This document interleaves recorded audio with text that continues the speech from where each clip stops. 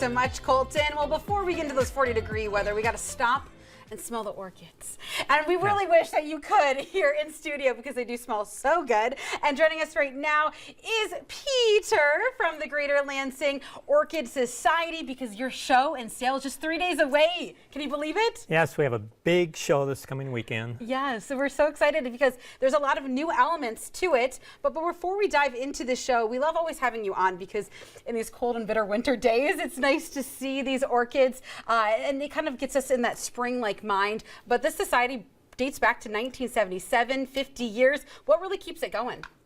We have a lot of active members, a core member, probably 40 people or so. And we bring in speakers from all over the country, all over the world. Wow. With Zoom now, we've had speakers from Europe and China and South America. So we really expand the interest of our orchid growing techniques and types of orchids available, and it's just a fun group. It is, and you really have that awareness of the orchid, but also to preserve the native species, which is so important because how can you not? These are just gorgeous flowers that come in really different shapes and sizes. Tell us about a couple that you brought in today. So this is a little oncidium. Anybody can grow it in their windowsill. Very bright. Okay. This is an orchid that you can smell. Oh, okay. Oh my gosh. I haven't watered this orchid since November. It goes dormant in the winter and flowers while it's dormant, and the leaves are usually up here and they fall off. So it's an easy care orchid for people. Yes. Wow. A little lady slipper orchid. A little, oh, it does, because it looks like a little slipper. Yeah. So oh my goodness. They come in any color, any size. If you have a little room, you can grow something like this. If you have a lot of room, you can grow something much taller. Right, because they can really grow into new heights.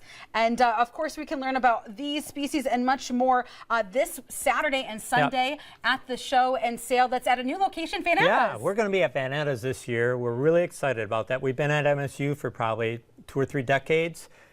Things change. Van Attas offered us a spot, and they've been very accommodating. They have a huge greenhouse that is basically empty this time of year, and we're filling it up.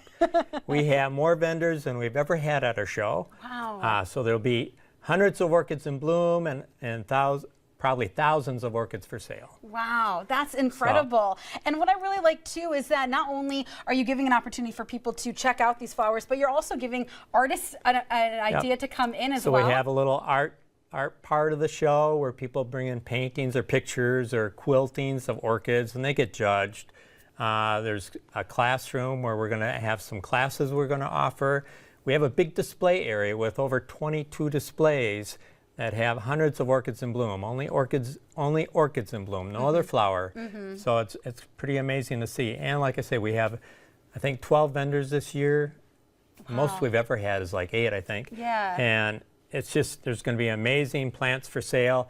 If you want to buy a plant, tell the vendor, here's what I can grow, here's the situation I have at home. What do you have that will grow in that situation? Yeah, and it's just a conversation because everyone's homes are different, and it can be intimidating when you see beautiful orchids like this, you want to get them, you're like, but I don't want to kill it. So, but a lot of people have phalaenopsis. That's the moth orchid you see in show. Well, if you have a phalaenopsis, this orchid, a lady slipper orchid, grows in exactly the same type of conditions. Oh, okay. So you can expand your collection. Okay. And then if you want to try something new, try one thing new. Don't try 10 different things. Right. Those small steps. Yeah, and learn how to do it. That's how I've expanded my collection. Every year I try something new, and I may kill a few. Actually, I kill a lot, but a lot of them survive, and I get new techniques for growing orchids, like growing an orchid in a wooden basket. Oh, okay. There's no soil or bark or anything in that. It's just a wooden basket. Awesome. Well, thank you so much for always joining us in.